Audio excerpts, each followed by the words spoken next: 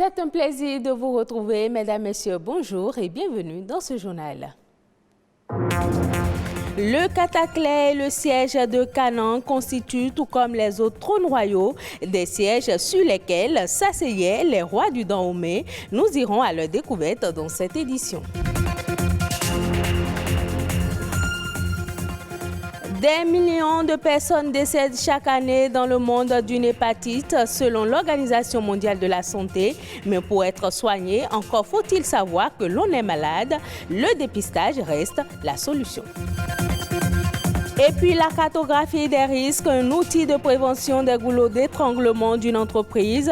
C'est un réflexe inexistant chez les promoteurs d'entreprises. Pourtant, elle est indispensable dans la survie des entreprises.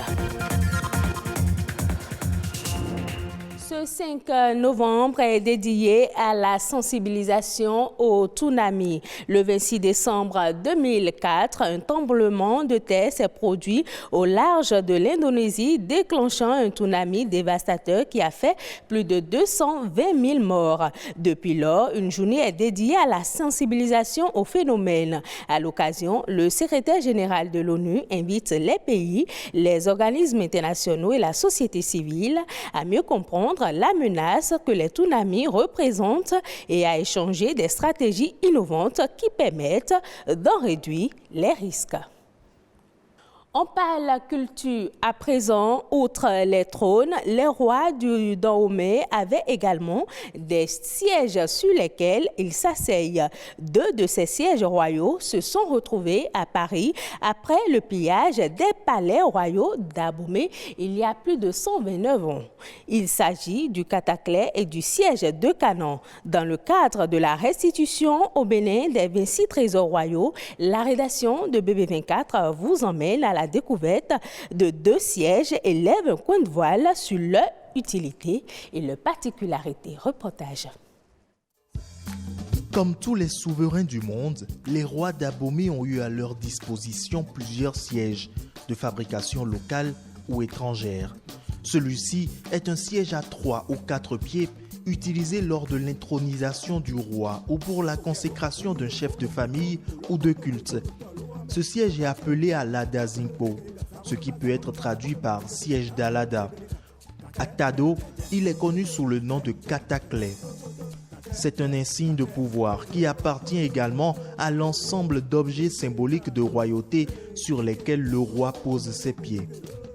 Ce siège, prestigieux, est de facture Nago-Yoruba. Il a été collecté dans la ville de Canaan. Un siège en bois rectangulaire à 4 pieds faisant 1 mètre de hauteur. Par son ampleur, l'assise de ce siège permettait à un homme vêtu d'une large robe de type agbada, comme en portaient les rois Yoruba, de s'y asseoir confortablement. Il est formé de 2 étages de personnages sculptés et peints qui soutiennent le plateau courbé qui forme le siège.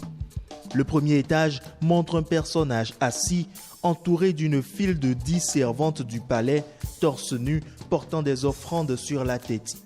Parmi ces servantes, 5 tiennent un parasol, une sacoche, un crachoir, une pipe et un fusil ou une récade. Le personnage assis au centre est sans aucun doute le roi. Le deuxième étage, au niveau inférieur, fait penser à l'économie de la traite. On y voit des esclaves, 9 exactement, en tunique et pantalon, avec une chaîne au cou, encadrés par des soldats coiffés d'un bonnet et tenant un fusil. Tous les esclaves portent des scarifications sur les joues, des marques que l'on ne retrouve pas sur les figurines d'en haut. Cela indique qu'il s'agit de prisonniers Yoruba. Au musée où ce siège était exposé, la légende mentionnait qu'il s'agit d'un siège de dignitaires figurant à la cour du roi du Dahomey, à la résidence royale de Canaan. Merci à vous, Rodrigue Babagbeto. Souvent qualifiées de tueuses silencieuses, les hépatites sont multiformes et seul un dépistage précoce permet de connaître son état sémiologique. Quelles sont les voies de transmission et les traitements disponibles pour soigner les hépatites? Éléments de réponse à travers ce reportage. Dans le monde, il existe plusieurs formes d'hépatite virale. Selon le dernier rapport mondial de l'OMS, 325 millions de personnes sont atteintes de l'hépatite B ou C. Les spécialistes évoquent des causes variées. Et ces virus sont désignés dans l'ordre alphabétique suivant leur découverte de A, B, C, D et E. Au Bénin, c'est les causes infectieuses. Et dans ces causes infectieuses, on va parler des causes infectieuses virales. Il y a les causes toxiques et il y a des causes métaboliques. Ça concerne les sujets qui sont souvent très obèses. Il y a d'autres causes, les causes immunologiques, les tisanes que vous prenez, certains médicaments aussi qui peuvent être cause d'inflammation du foie. Au Bénin, les hépatites B ou C exposent plus à la chronicité lorsqu'ils ne sont pas tôt détectés, tant les signes sont silencieux. Il y a ce qu'on appelle les infections aiguës et les infections chroniques.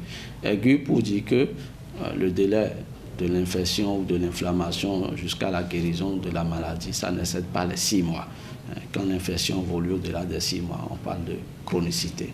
Et si vous passez à la phase chronique, ce qui voudra dire que vous êtes exposé aux complications. Et notamment les complications, c'est la cirrhose et c'est le cancer du foie. Dans 80% des 2 cas, il n'y a pas de signe.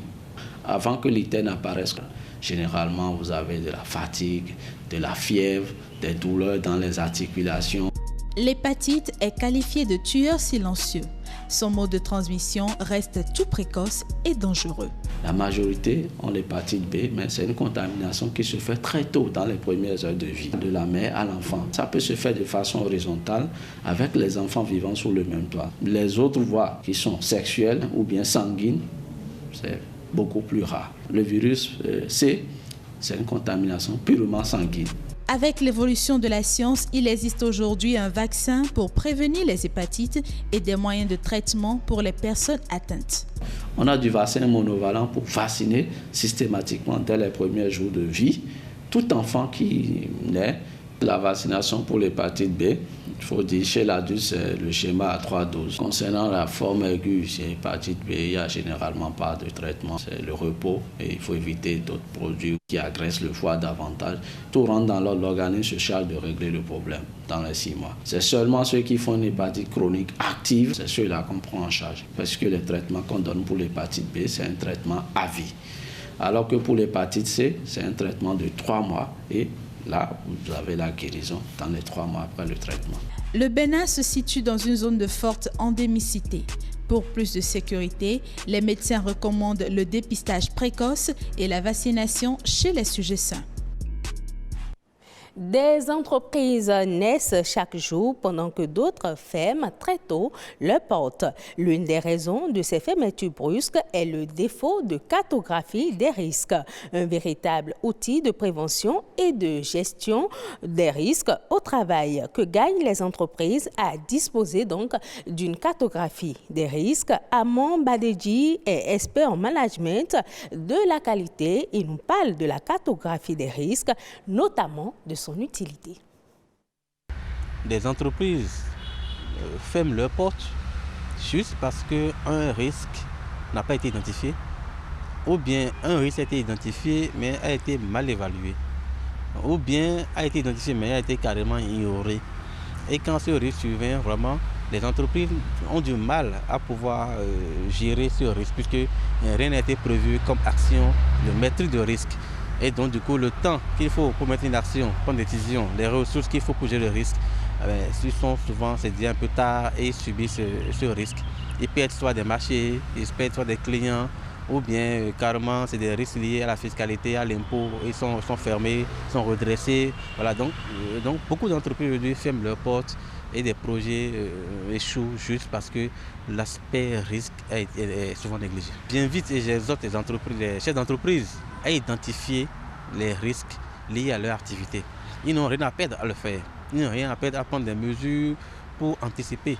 C'est donc pour gérer ces risques qui peuvent nuire à l'entreprise qu'on élabore un document qu'on appelle une cartographie des risques.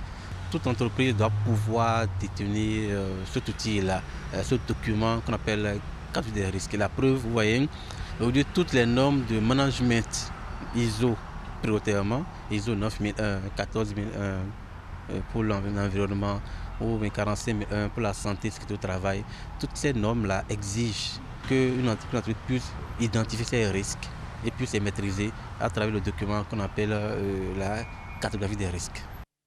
On ouvre à présent la page internationale de cette édition avec la Côte d'Ivoire qui ne compte pas se cantonner au statut de premier producteur mondial de cacao. Les autorités se sont engagées depuis quelques années à dynamiser le segment de la transformation en travaillant avec le secteur privé. De nouvelles lignes de transformation de cacao ont été lancées récemment dans la zone industrielle de Yopougon. Cette extension, dont le coût est estimé à 100 millions de dollars, soit environ 53 milliards de francs CFA, va permettre désormais aux négociants de traiter chaque année 170 000 tonnes de cacao contre 110 000 tonnes traitées précédemment.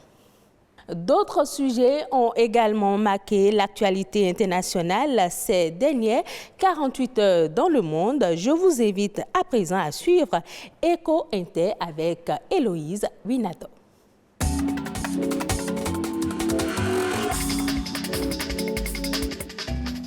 Les États-Unis annoncent la suspension de la Guinée et du Mali de l'AGOA d'ici le 1er janvier 2022. L'AGOA, c'est l'African Growth and Opportunity Act, la loi sur le développement et les opportunités africaines adoptée en 2000 sous l'administration Clinton. Elle promet aux États africains d'exporter sans droit de douane vers les États-Unis. Mais pour la Guinée et le Mali, la sanction américaine, si elle se concrétise, aura peu de conséquences économiques, puisque la Guinée n'exporte quasiment rien vers l'Amérique. Elle vend son minerai de bauxite à la Chine. Et quant au Mali, il exporte surtout de l'artisanat d'art vers les États-Unis, mais son or part à Dubaï, le coton malien vers l'Asie et l'Europe. L'Équateur va procéder à l'augmentation de 50% de la réserve maritime de l'archipel des îles Galapagos et le Costa Rica.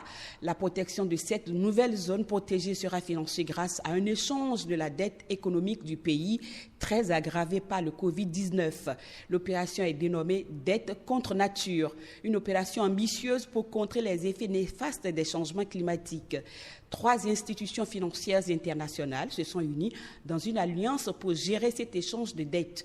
Pour démarrer le système, une banque internationale déjà identifiée va prêter 600 millions de dollars, soit 340 milliards de francs CFA à cette alliance.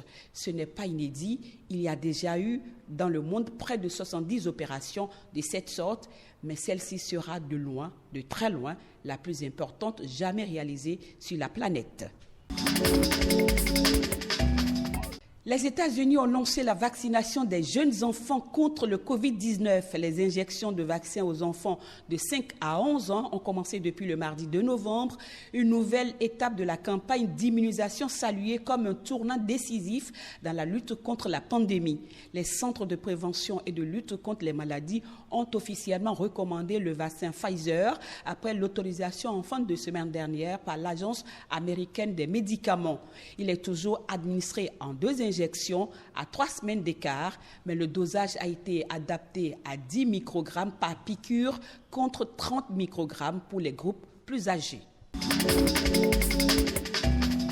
Et puis du piment qui pousse dans l'espace, c'est une réalité. Après 4 mois d'attente, les astronautes de la Station spatiale internationale ont pu récolter leur piment. Expérience de culture la plus complexe jamais menée dans l'espace et dont les bénéfices pourraient être multiples. Pour la première fois de l'histoire, en plus du bœuf, des tomates réhydratées et des artichauts, ils ont pu y intégrer des piments qu'ils ont fait pousser à bord de l'ISS. C'est un tweet de l'astronaute américaine Megan McArthur, comme quoi la vie est possible sur notre planète.